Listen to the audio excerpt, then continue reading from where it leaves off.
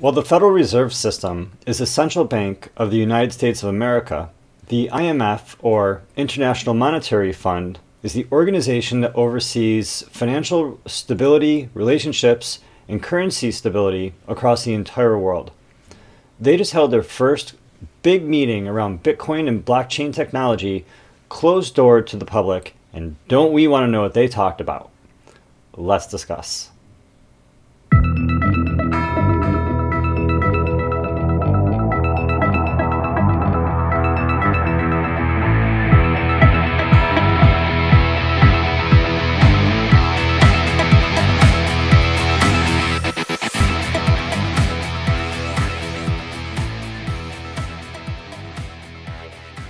Hello everybody, thanks for tuning in to today's show. There's a lot of information coming out around Bitcoin and blockchain technology right now. Bitcoin is reaching new highs and pushing new boundaries, as well as other altcoins like Ethereum Classic and Litecoin, as Litecoin gets closer to SegWit activation inside the Litecoin's blockchain infrastructure and blockchain protocol.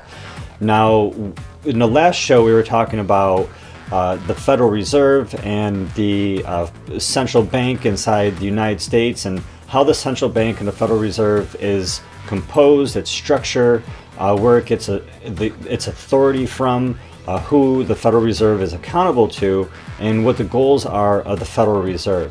Now, we all know that the Federal Reserve is backing the United States dollar, the US dollar, which is backed by the United States government.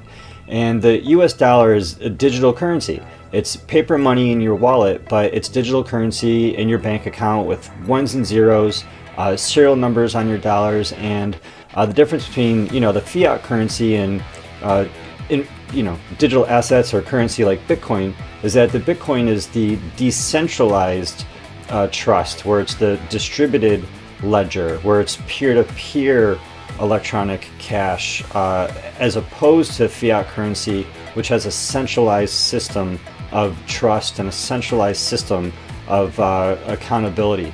So the Fed coin is essentially, as we discussed in the last episode, the US dollar on a blockchain. So it's sort of, on one hand, a fiat currency, but it uses blockchain technology, which just assumably the Federal Reserve and the 12 major banks of the Federal Reserve Bank would then control.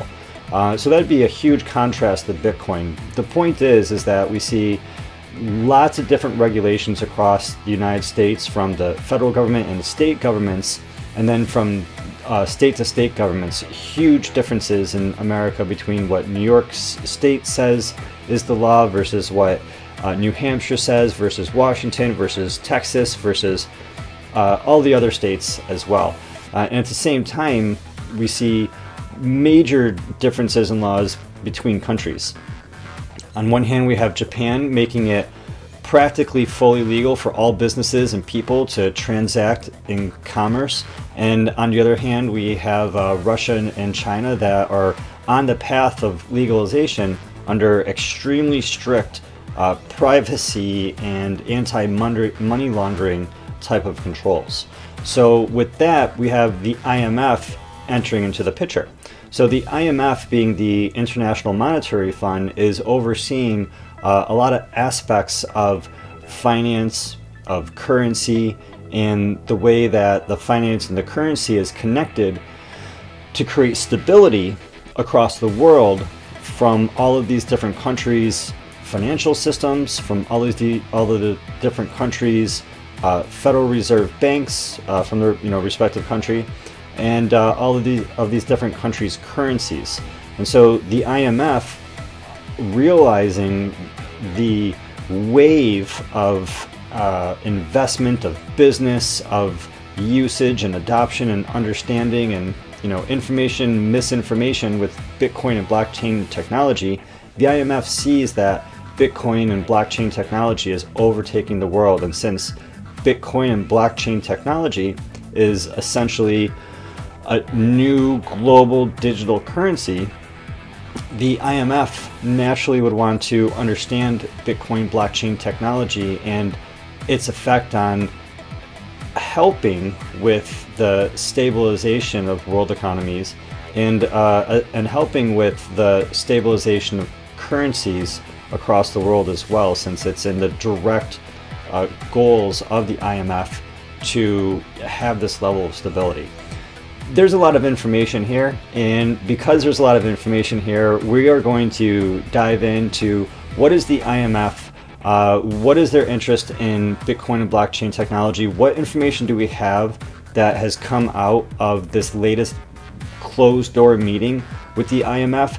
There's a lot of information here to peel back in the layers of this onion, this world onion of regulation, of these layers of government, politics, financial systems, and businesses that are creating the container, the rules, the regulations around the Bitcoin and blockchain technology, since the technology itself can't be controlled. So only the container that technology is allowed to grow through can be influenced. And so with all this information, like I said, there's a lot here. So let's start peeling back the onion and let's discuss. So looking at the market, we see that Bitcoin is still holding steady over $1,200, and Ethereum is still hovering around the $48, $49, $50 mark, although it's been down in the past 24 hours by 3% change. The real winners, I would say, would be Litecoin and Ethereum Classic. While Ethereum Classic might be down 3% in the past 24 hours, over the trend over the past 7 days, we see that it's really had a huge boost. So it was flatline for the first half of the week, and then the second half of the week we see it really take off, and I'm not even exactly sure why. With Litecoin, we know that the boost is really coming out of all this news, the up and down news, and most recently the positive news that Litecoin is closer to getting SegWit activation on the Litecoin blockchain, which would be excellent for it and for fast payments and for all the upgrades that SegWit will provide. Super excited to see SegWit's activation on Bitcoin, although there's still a lot of back and forth from users about which is best in the market, about which is best, and the miners about which is best. But it really seems like we're headed in the direction of SegWit, and it will get activated. Looking at some of these other coins that are not doing so well, Pivx and Zcash trending down over the past 7 days. Does that mean that they're bad coins? No, it means that if you believe in them, and if you think that long term they're going to do well and they're going to go back up, once a coin goes low or an asset goes low, that's when you want to buy it. When everyone's selling it and before it hits the bottom, you want to buy, and then you want to sell before everyone is selling. So if everyone is selling, then maybe it's a good idea to buy when you think it hits the market, and if everyone is buying, then maybe it's a good idea to sell when you think it reached the top. But that's if you're a trader. By and large, I think it's a good idea to just buy and hold. It's going to go up, it's going to go down. Just buy and hold. So we're looking at the IMF, and I wanted to understand a little bit more about the IMF and hear from the IMF what is the IMF and to know more about the IMF. So here we are at imf.org on their About page.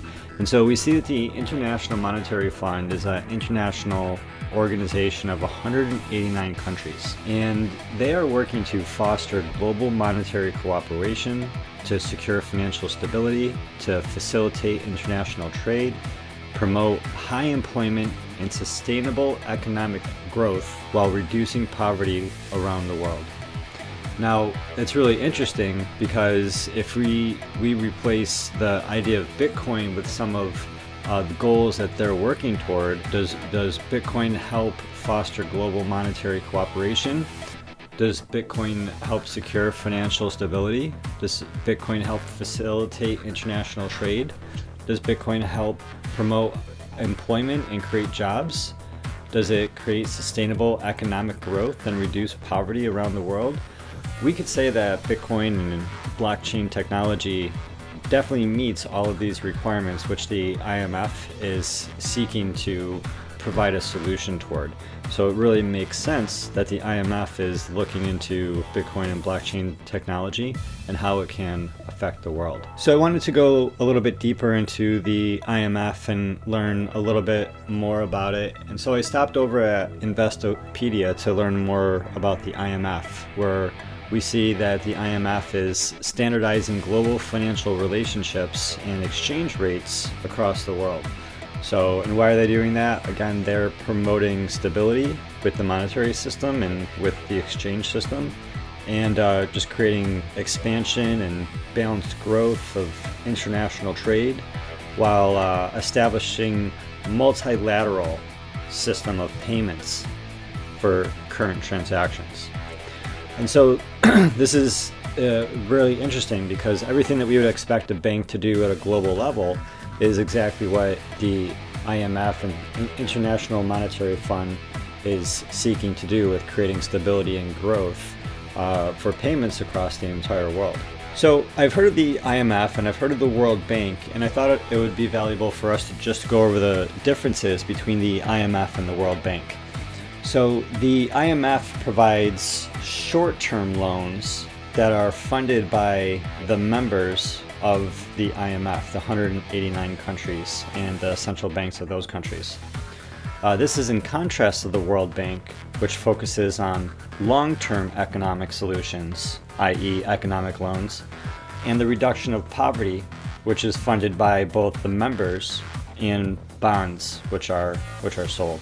So the IMF is providing short-term loans funded by members, and the World Bank is focusing on long-term economic solutions for reducing poverty and providing basic human needs, and that's coming from the member contributions and bonds. Also, the IMF is focused on economic policy and solutions, in contrast to the World Bank, which is offering assistance and programs that are necessary for building public facilities and preventing disease and assisting with clean water and food and basic human needs. And so those are the differences between the IMF and the World Bank, simply that the IMF is focusing on short-term loans and economic policy decisions and solutions at a high level.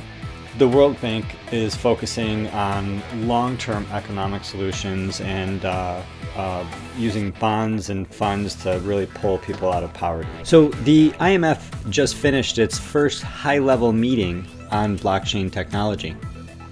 The International Monetary Fund concluded this high-level meeting with 14 participants, a total of 14 participants in a closed-door session. So this meeting itself, it wasn't public, and no one really knows what they talked about in this meeting.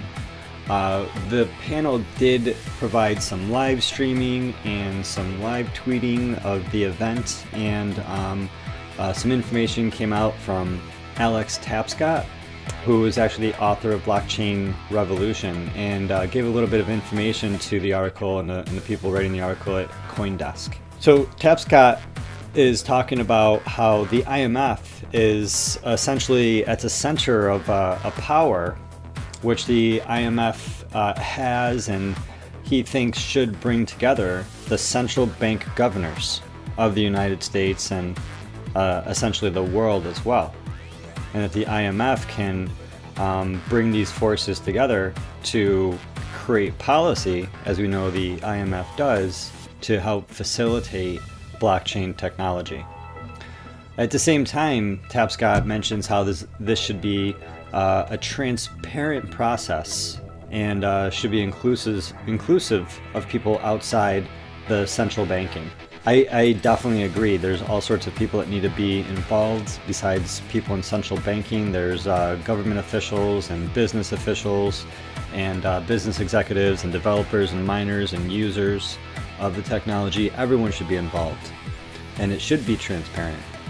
I don't think that a closed-door meeting is transparent, and I think that only inviting 14 people is not inclusive, but I suppose this is just the first meeting.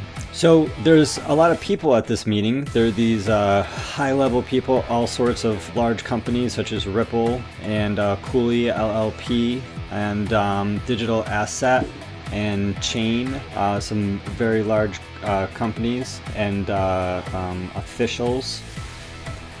What's interesting is that throughout the different meetings, throughout the different day, this other person, Chain, Jill Carlson, they described the whole event and all the different meetings as more of a conversation and more of a dialogue than really a question and answer session. So she said that in general terms, what they were talking about in this dialogue was regulatory structures that they might want to explore, and how these regulatory structures we may want to, how we might want to explore them with blockchain technology, with the IMF, with central banks, and with other international financial institutions. There's all sorts of concerns from governments and financial institutions about anti-money laundering and about knowing your customer. And so these regulations are, I'm sure, at the top of their mind of what they want to focus on. So while we know they want to be transparent and they want to be inclusive in these private closed-door meetings, it's good to know that they're really focusing on the blockchain technology. Carlson goes on to say that they were also discussing the benefits of the technology, and they were also weighing the risks that Bitcoin and blockchain technology could bring. And so there were, they're looking at the risks as well.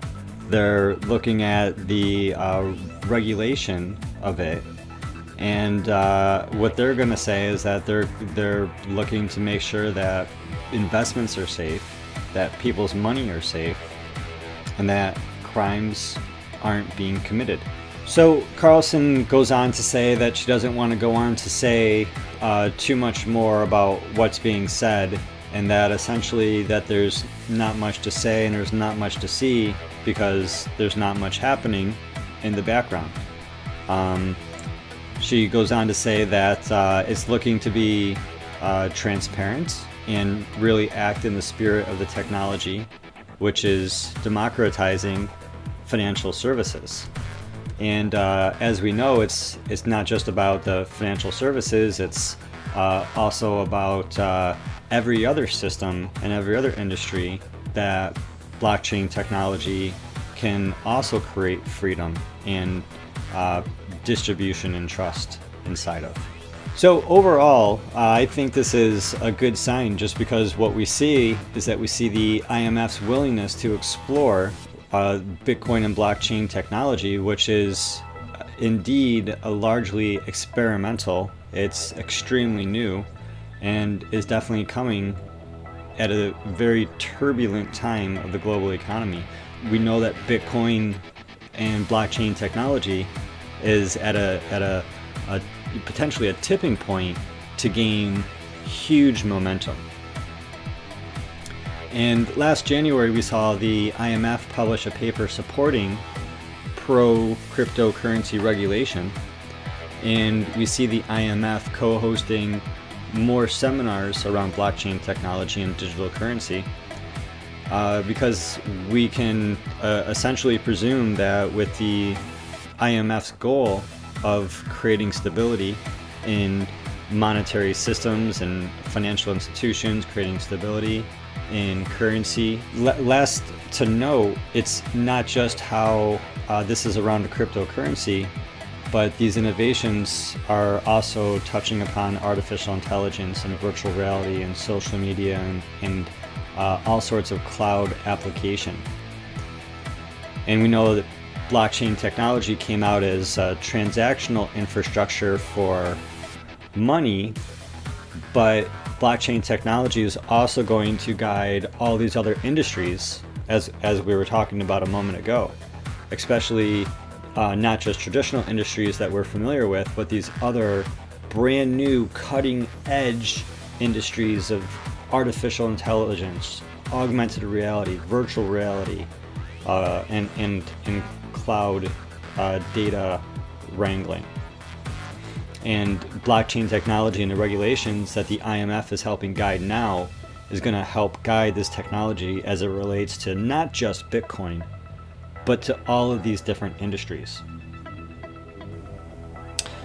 And I think that's a fact that gets lost on a lot of people, which is that Bitcoin is a digital cash. It's a digital system of cash. Bitcoin is a distributed ledger. It's a peer-to-peer system of trust for creating financial transactions, for us to trade value without requiring a third party. Bitcoin is what the initial altcoins have all been trying to copy. Litecoin is essentially just another version of Bitcoin. Dash is simply another version of Bitcoin. Bitcoin is the first, and Bitcoin is about the currency.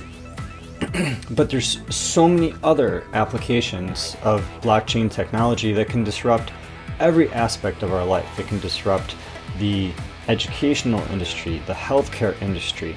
It can disrupt the music industry. It can disrupt the publishing industry. It can disrupt the weapons industry. You can put bullets and bullets firing on a blockchain. You can put information rights, land ownership, identity, all sorts of information can go into this blockchain, and the rules that govern Bitcoin are going to be essentially the same rules that govern all of these systems and the way all of these different tokens work. When we see the different laws and regulations across America, when we see the different laws and regulations across the different countries of the world, now we're seeing the IMF come in to try to get a hold of the understanding, to try to get a dialogue going with different interested and invested parties to presumably support their own mission, which is to continue fostering the stability of the financial systems, the financial institutions, and currencies of our world. And Bitcoin is a new system with new institutions and is a new currency within the world. And so it simply makes sense that this is one more checkbox, one more government agency, one more international body who's doing their part in creating the environment, creating a marketplace for all businesses, all people, and all governments to succeed in this brave new world. The true test and the true information is going to be from the actual policy that comes out from these meetings. This was just the first meeting. I'm sure the IMF is going to be having additional meetings. We're going to want to pay attention to those, to see what comes out of those, and then to see what is the actual policy that the IMF is going to be giving for all of its member countries and reserve banks that are paying into the IMF's fund. It's already an interesting ride. There's a lot of information, a lot of energy, and things are changing and updating at an unbelievable pace. So I really appreciate you for being here. I really appreciate you for sticking around and learning about this information and doing your part to take ownership of this new world and to take ownership with your piece of all of this new blockchain technology. So with that, we will talk again soon. Be sure to stick around, subscribe, hit that like button. If this video taught or inspired you, feel free to share this video with your friends. And with that, we will talk again soon. So have a great day, and I'm glad that together we're minting coins.